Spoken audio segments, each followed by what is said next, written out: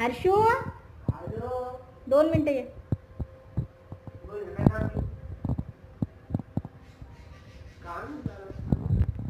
अरे कामच नाही आठवते आता काय होतं नेमकं विसरून गेले मी तू येऊस तर.